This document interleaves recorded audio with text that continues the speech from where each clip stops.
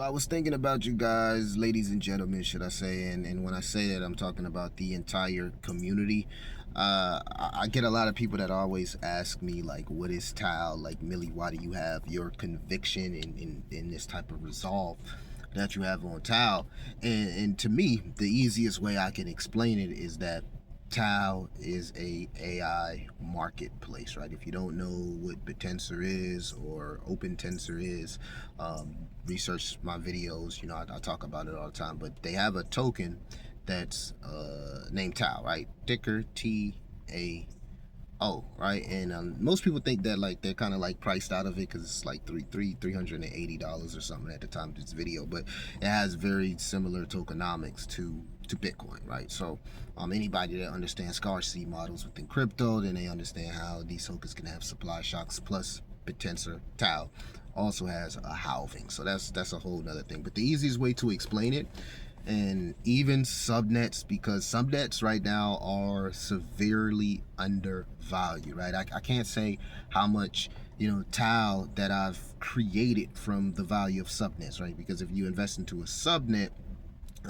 if it's a really really good subnet, you can earn TAO, right? If it's a really really bad subnet, then your TAO can decrease, right? Just like anything. But the difference is, like, when you compare it to like an ERC20 token or an SPL token, right? It's based off emissions, right? The miner's ability to contribute to the ecosystem in an efficient and effective way. The more effective you are, the more emissions that you earn. The flywheel effect is that these subnets, right, these mini companies that sit within the AI marketplace. So TAO is the AI marketplace, and it has a whole bunch of different apps, right? The subnets are the apps, right?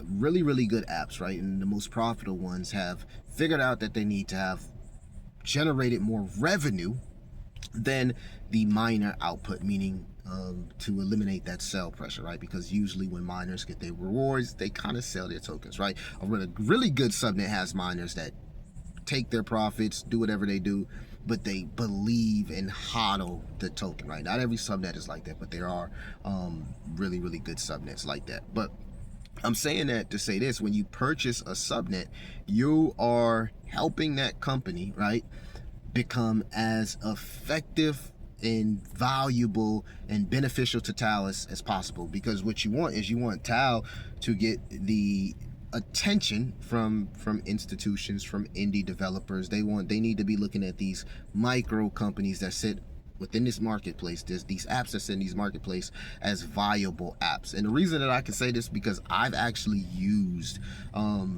a lot of the apps, companies, whatever you want to call them, subnets within the Bittensor ecosystem for various things. If you've been following my X, my Twitter, you already know I build different workflows, and sometimes I post them on X, right? And a lot of times, to connect those workflows and connect the information, you need APIs. Now normally, if you get APIs through centralized entities like OpenAI, ChatGPT, it's very very very expensive. But with Bittensor, you can find these subnets, right? These micro companies that allow you to purchase APIs in a very cost efficient manner. The same could be said if you're a company and you're building a LLM, a model, right? And you're like, man, I'm tired of paying so much in serverless compute power, right? Well, you can go to Bittensor, load up the AI marketplace, and find a micro company within this marketplace that's allowing you to purchase decentralized compute power, right? Everything is about being decentralized, so it's not just owned or earned by one entity. Right now, the little guy, the indie developer, can also get involved. It can start as something as small as an idea, but that's neither here or there, right? So what you as an investor, you're probably wondering, well, right, the subnets seem more valuable to these companies, to these institutions, to these indie developers. I don't use APIs, I don't build anything, why not just purchase TAO? Well, the more beneficial that you make these little companies within this AI marketplace, the more valuable you make them to TAO, guess what's going to happen to the TAO price?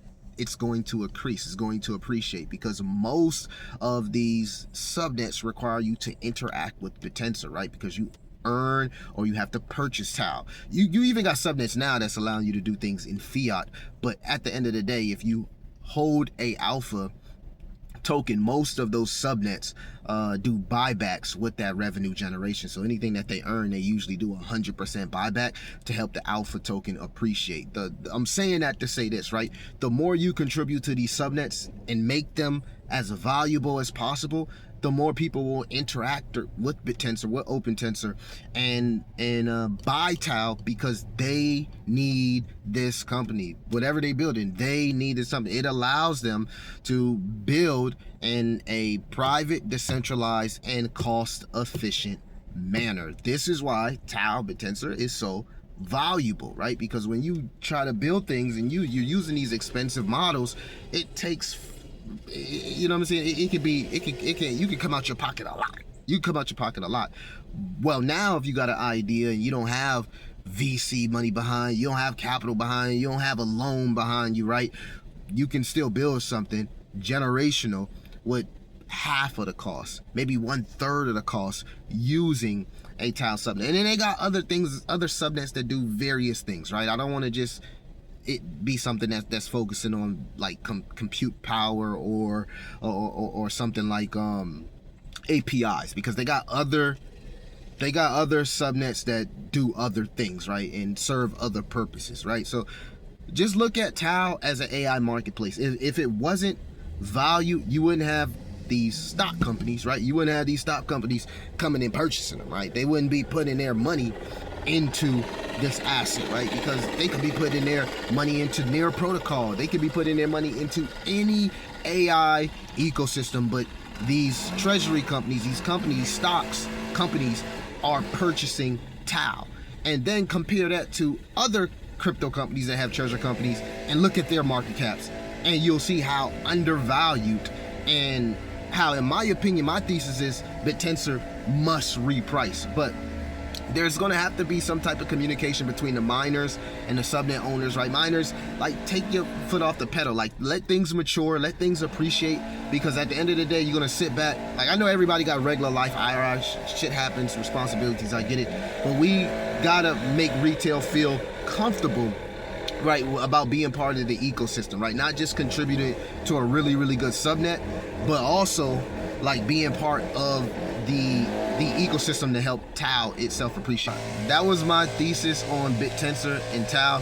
Let me know what you guys think. Hopefully the line wasn't too much, but I'm gonna see y'all in the next one. My bad, I forgot to tell you guys why I continue to stack TAO. My apologies, I am actually driving right now. But yeah, why do I continue to stack TAO? Well, me personally, I feel like there's going to be something within the Bittensor ecosystem that gets adopted. We don't know how that will look. In fact, I believe the subnet that's going to get adopted hasn't even been created yet, right? That's, you know, how big of, you know, of magnitude Bittensor could be, just because it's decentralized, right? And I know many people would argue the term decentralization. Well, in terms of it being compared to something like OpenAI and Google, Microsoft, right? You're in theory, you're buying a company, right? Bittensor, OpenTensor, similar to how you would have bought something like Microsoft, Amazon, Google in its early stages, right? So we're betting on Web3 being a thing, and more specifically AI being a thing, right? Then we already know that AI has demand, and we already know that there's things within the AI infrastructure that's scarce, like GPU chips, right? So that's something that's always going to have demand, because it's hard to get your hands on it, right? And if you do try to go the centralized way, you're either going to pay a lot or you're going to be waiting forever to get it, right? And Bittensor kind of like solves that problem. So it solves a problem. It's also being accumulated by stock companies, right? And we've seen, usually when a cryptocurrency is accumulated by stock companies, it normally sits at a 10 billion. It normally sits at a 10 billion market evaluation or higher, right? So I think that Bittensor is undervalued. My thing is to be able to earn as much TAO as possible, whether that's contributing for liquidity to earn TAO, whether that's mining through a subnet, right? Whether that's buying alpha and flipping my alpha for more TAO, because TAO itself has similar tokenomics to Bitcoin. So if this thing does get adopted, and that's a big if, right? I know it's a big if, but if it does get adopted, now we're talking about a project, a company, whatever you want to consider it, being valued at hundreds of billions.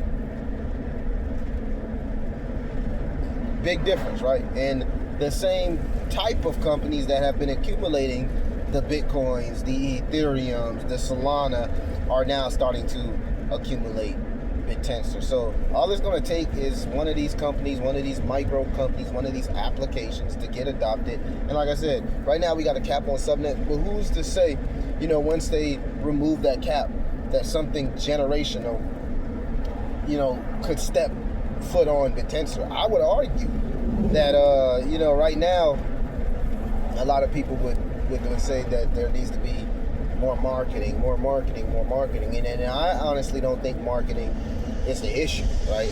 I personally don't think marketing is the issue. I don't think marketing is the issue at all, right? Because most people, as retail, when they don't view TAO like they would view a normal company. At least they don't view a normal crypto. At least they don't view the subnets like that, right? They view them as actual companies. So it's like, if they don't see the value from holding the actual company, then they don't buy the alpha, because they like, I'm not a developer.